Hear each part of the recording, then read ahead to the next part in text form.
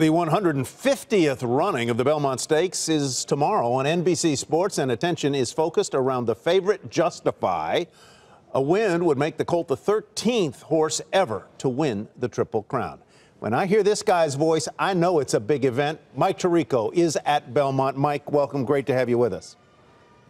Well, thank you for the welcome, Tyler. Good to be with everyone. The good news is I think the weather's going to be okay for tomorrow, which was not the case the first two legs of the Triple Crown. No, it was a very muddy track both at Churchill Downs and at Pimlico 2 weeks ago. In fact, it was foggy there, so foggy you could barely see the horses. What kind of crowd are they expecting for this? And obviously, when you have a contender for the Triple Crown, the interest in the Belmont and in horse racing mushrooms.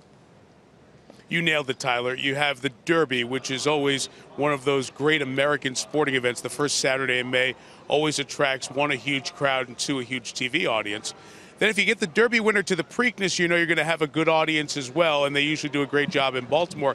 Here for the Belmont, it's usually dependent. Do you have a winner of either of those races, or if you have one horse that's won both, like we have here, there's a boost. So they expect 80 to 90,000 fans. They've capped it at 90,000 over the last couple of years to make it a good experience for those who are here at the facility. So with a good weather forecast, I wouldn't be surprised if we're close to that number here at Belmont I will tomorrow. be watching you because I want to avoid the Cross Island Expressway any way I possibly can tomorrow. Anyhow, Justify is really the prohibitive favorite, 4-5. Who's the competition, quickly? Well, there's a lot of competition. The horses that finish second and third in the Preakness, Bravazzo and Tenfold will be in. There's a horse named Hofburg, who's the second choice on the morning line, the odds set yesterday or earlier this week. That horse finished seventh in the Kentucky Derby. Those three and a horse with New York ties, Vino Rosso, would probably be the horses most mentioned to give Justify the best run during this mile-and-a-half race. Vino Rosso, just on its name alone, sounds good to me. Let's pivot a little bit, if we might, Mike, to the advent of big sports betting, much of which is going to take place at racetracks around the country on all kinds of sports. My question for you is, how do you think sports betting and the broadening of it is going to change what you do and the sports broadcaster's role on a host of properties, whether it's Major League Football, Major League Baseball, NFL, whatever? Sure. Tyler, it's a good question. It's one I don't think we all have an answer to yet.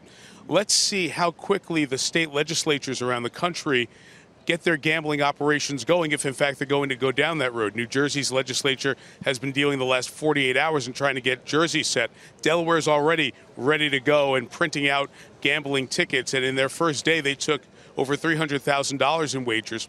I think we need to be careful. What percentage of our audience is gambling? What percentage of our audience is interested in it? Is there a significant percentage that has no interest in sports gambling? And then you'd be talking over their head or speaking to an audience that really doesn't give you a darn about the content at that point. So I think we have to take it slowly. But clearly, now that the Supreme Court has said it can be legalized by state, and it looks like several states are going down this road, it becomes a legitimate part of our conversation in covering sports. It absolutely does, because I think heretofore, generally sports broadcasters have been judicious about talking about the line on any particular contest, and this is going to change that. Let me pivot once again back to issues in the news having to do with the national anthem protests. I want to play a soundbite from earlier today of the president addressing athletes in general regarding their interest in pursuing or bringing forth cases of what are regarded as racial injustice. Let's listen.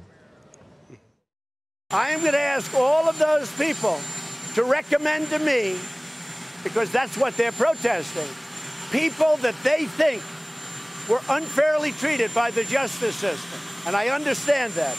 And I'm going to ask them to recommend to me people that were unfairly treated, friends of theirs or people that they know about, and I'm going to take a look at those applications, and if I find, and my committee finds that they're unfairly treated, then we will pardon them or at least let them out.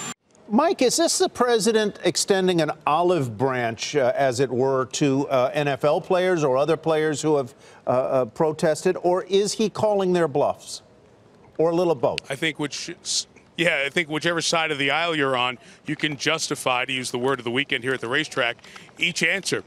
Sure, it's an olive branch, but at the same time, is it also a political pardon? Obviously, much in the news earlier this week had a very positive reaction. So take that to a cause and a concern that's caused some angst nationally with the national anthem conversation.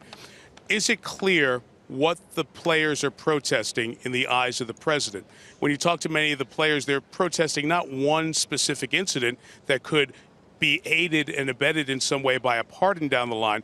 They're really protesting treatment of African Americans or treatment by police brutality issues, social injustice, larger issues, not one specific case. So I don't know if a presidential pardon in this case would be the answer to the national anthem stuff. It was interesting this week that the Philadelphia Eagles story came up with the visit to the White House.